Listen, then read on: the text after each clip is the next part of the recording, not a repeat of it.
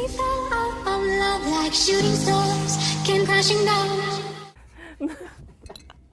Нет, что-то вообще ничего не лезет. У вас такие вопросы какие-то идут.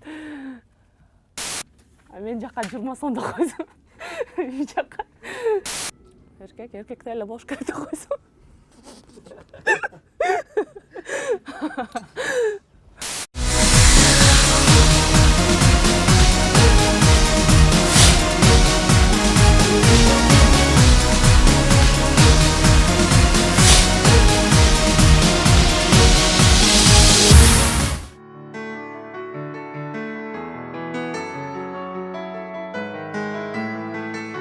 Суроо программасынын бүгүнкү коногу алыш күрөшү боюнча эл аралык даражадагы спорт чебери, машыктыруучу, ошондой эле дзюдо спорту боюнча Кыргызстандын спорт чебери, барган жерин майрамга айланткан Мерим Момунова. Каарманыбыздын жетишкендиктери: алыш күрөшү боюнча Кыргызстандын 3 жолку жеңүүчүсү, 2015-жылы Ирандын Тегеран шаарында өткөн Азия чемпиондугунда алтын медалга жетишкен. Көп узабай Баяман Эркинбаев атындагы алыш боюнча мелдеште күмүш, 2016-2017 жылдары ошол эле мелдеште алтын медалга ээ болгон. Экинчи көчмөндөр оюндарында алыш күрөшү боюнча коло медаль. 2017 жылы Ош шаарында өткөн алыш боюнча Курманжанатка атындагы гран-приде алтын медаль. 2017 жылы Түркмөнстандын Ашхабад шаарында өткөн жабык имараттагы Азия оюндарында алыш боюнча алтын, белбоо күрөшү боюнча күмүш медалдарды багындырган. Дзюдо спортуна Кыргыз Республикасынын 8 жолку чемпиону, Европанын ачык кубогунда жана Азия чемпионатында 2-нчи орунга жетишкен.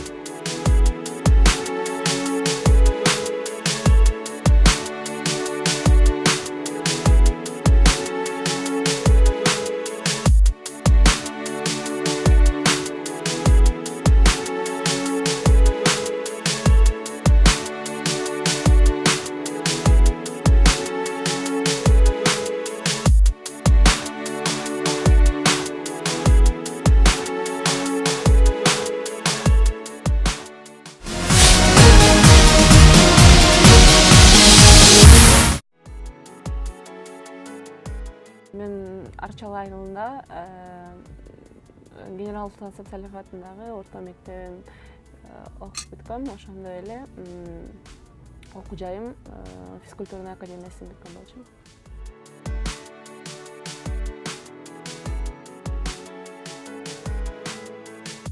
Сүйүүнүн көп түрү болсо керек. Апага болгон сүйүү, жакын бир туугандарыңа болгон сүйүү, ошондой эле биздин мекенибизге болгон сүйүү.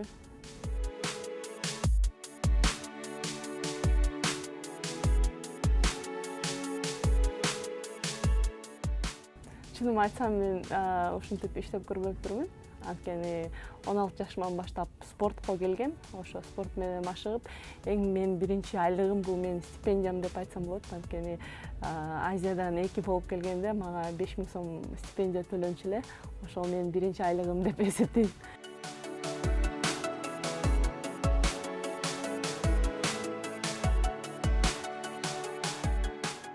Мен үчүн бул менин үй бүлөм. Мен машыктыруучумун. Ошондой эле мекенге болгон сүйүүм окшойт. Анткени башка мамлекетке чыгып күрөшкөндө ошо биздин желегибиз жердилеп, ким эмес ойносо, мен үчүн ошого жетиш үчүн мен күндө туруп ошону элестетип, ошол мага мотивация окшойт.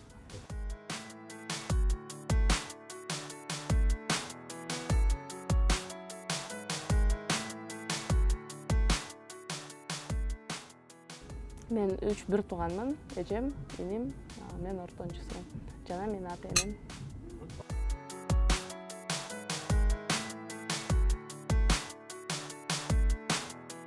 Көбүнчө спорттук магазиндерде.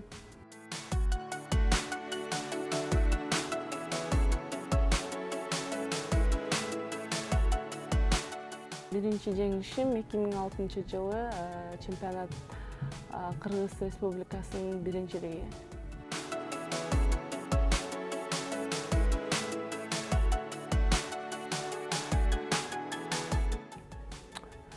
Начар сапатым жок деп койсом. Кээде ойлонбой сүйлөп алам, ошол сапатым жакпайт.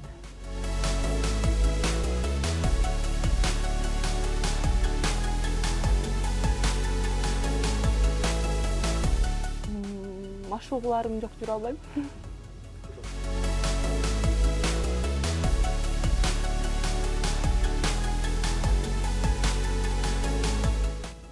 Менин атам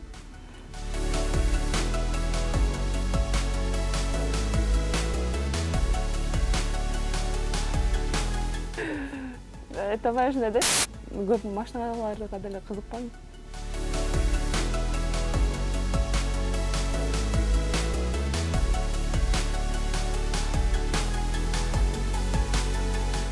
Мен өзүмдү өзүм ойлойт болушум керек. Өзүмдү жеңбесем, эч кимди жеңе албайм го.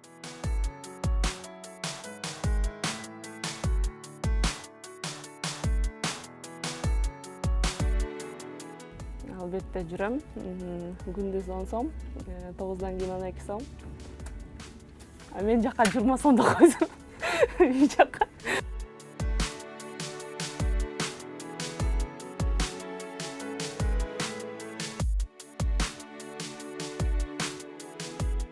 Биринчи жолу уй салып көргөм да. Уй мингеним бар еще.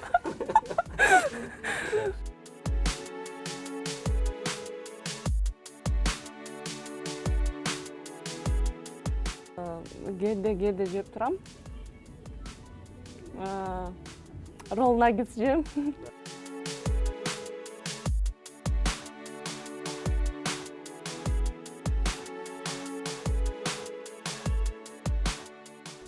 Ой, что я смотрю? Наверное, Золушка.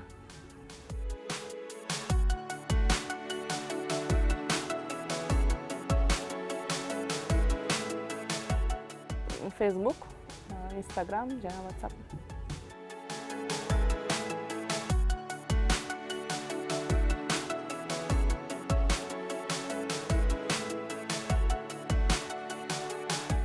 Космоска.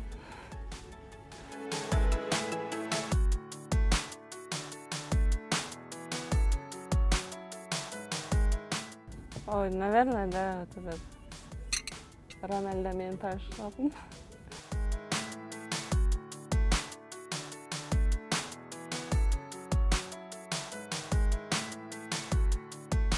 Может, на мужской? На мужской?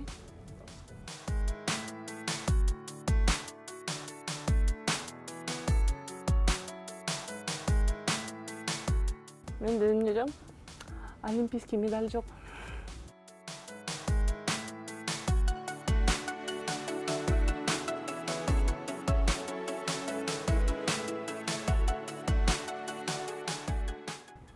Оюлдук телефон.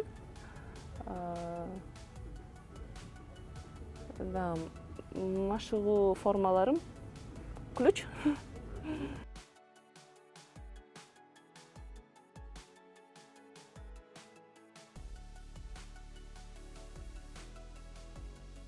Но музыка көп деле кызыкпайм. Мен кандай десем, көбүнчө видео көрөм да.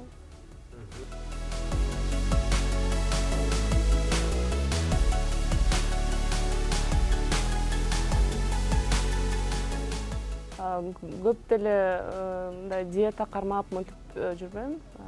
Күнүмкү элдер жеген тамак менен эле жейм.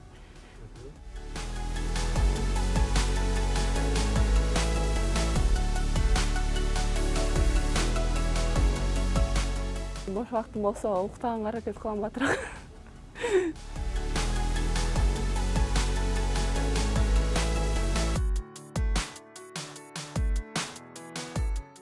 Мен гүлдөрдөн букет жасай алам.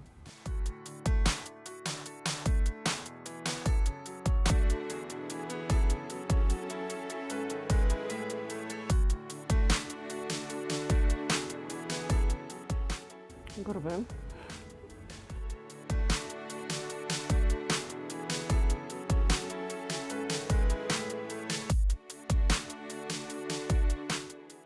Бул мен үчүн ар дайым жакын адамдар менин жанымда болсо.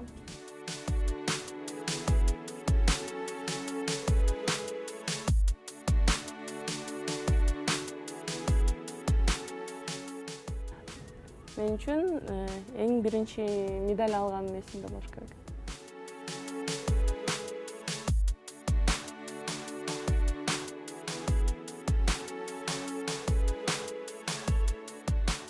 негизде коркунучтуу кинолорду көргөндө мындай корком.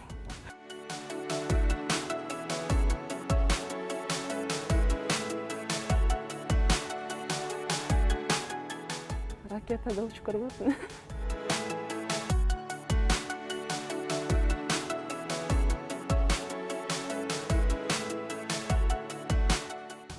Кыргызстан бул мен үчүн менин мекеним, сыймыгым.